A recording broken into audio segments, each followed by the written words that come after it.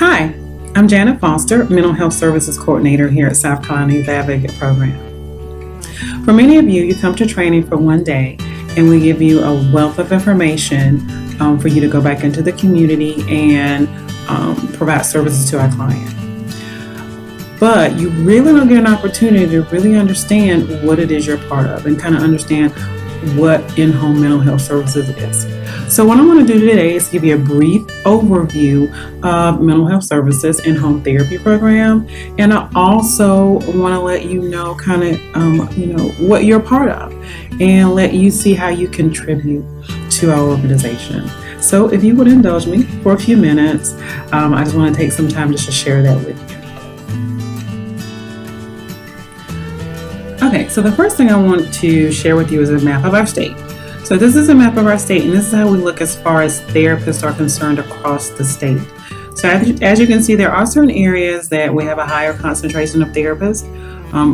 In those areas that we have a higher concentration of therapists, we have more clients in those areas. But you can also see that we have certain areas that we don't have any therapists at all. So in those areas, we actually have to turn down referrals because we don't have therapists available to actually service the clients. So there's definitely an opportunity there in certain areas for us to have more therapists in order to be able to provide more services to our clients. Now I wanted to share with you a few facts about mental health services and home therapy services program. The first thing I wanted to share with you, and these are numbers as of January the 31st of this year. So the first thing I want to share with you is the number of active therapists that we have across the state. We have 65 active therapists across the state that actually have one or more open active cases. Out of those 65 therapists, we have 145 active cases on the books. And out of those 145 active cases, we actually take in on average about 100 therapy notes per week. So those are some pretty impressive numbers. So you guys should be proud of those numbers. The next thing I wanted to share with you is kind of the evolution of a case, kind of what happens with a case from beginning to end. So the first thing happens is that we get a referral from a referral source, and we get referrals from all different areas, DSS, DJJ. We get families that self-refer. So we get a referral, and of course for every client that we have, a diagnostic assessment has to be completed. Maggie Reichert, she's our assessment coordinator. She is in charge of making sure that our clients get their assessments and they're done and they're in our systems. So after the assessment's done, it is kind of transferred over to our intake department. Ashley Bolton, she is our intake coordinator. She's the person that you get those emails from about cases that are available in your area. So she actually matches the case based on a number of different things, demographics, the location of the client. She takes all that into consideration before she matches the case. If you accept the case, she matches it and she sends you all of the documentation that you need in order to service a client, and you start services. Now, after services have started, there's some ongoing things that happen. So you start services and you're sending your therapy service notes in on a weekly basis. And those actually go into our payroll QA specialist, Kara Lawson. Kara Lawson is our new QA specialist, or payroll specialist, and she started in February. So she actually reviews all the notes, makes sure your Medicaid numbers are there, your times match up, your signature is there. If there's anything that needs to be corrected, she would kind of hand it off to me, and I would either give you a phone call or give you an email, let you know what you're missing. So it's imperative that you kind of take a look at your notes before you turn them in. Make sure your notes are signed. Make sure your service notes have details into the content of the session, the goals you're addressing, interventions, your family's response in the intervention. So make sure your notes are kind of correct before you send them in, because any corrections that need to be made may delay billing or payroll. So we want to make sure you get paid on time. So just make sure you do a once over on your notes before you send them in to us.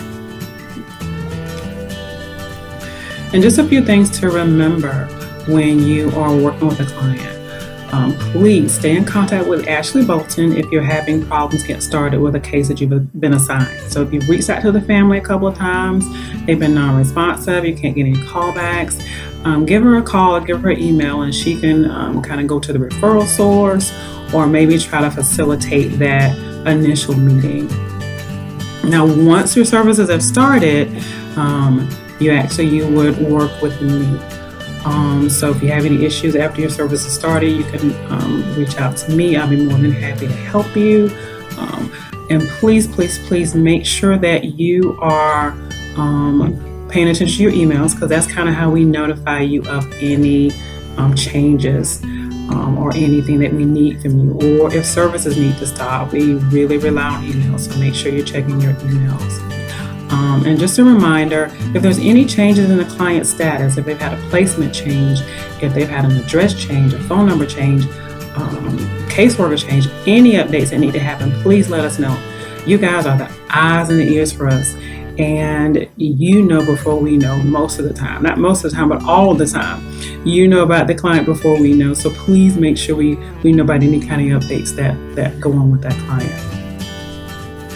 So again, I just wanted to give you a brief overview of the program and what happens behind the scenes, and also kind of let you know what you're a part of. Now I want to share some plans for the future, some things that we're working on, some things you can look forward to. Right now, we're currently working on streamlining the treatment planning process to make IPOCs a little bit easier for you. So that's in the works. Hopefully it will make the treatment planning process a little bit easier, and it will make that initial session a little bit easier. So be on the lookout for those changes. They'll be coming real soon. One of the next things that we are planning to do is we're planning to keep in communication via social media. And for you guys that don't have social media, we will be sending out a monthly kind of like update. So we can kind of keep in contact with you, share any kind of training opportunities, any kind of organizational updates. If there are not any updates or not any training opportunities, it'll be an opportunity for us just to kind of do a check-in. So be on the lookout for that on a consistent basis.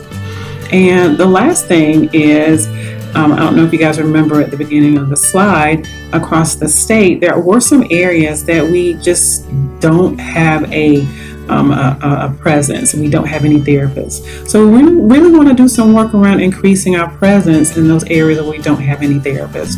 So if you guys know any folks in those areas, by all means refer them to us and send them our way.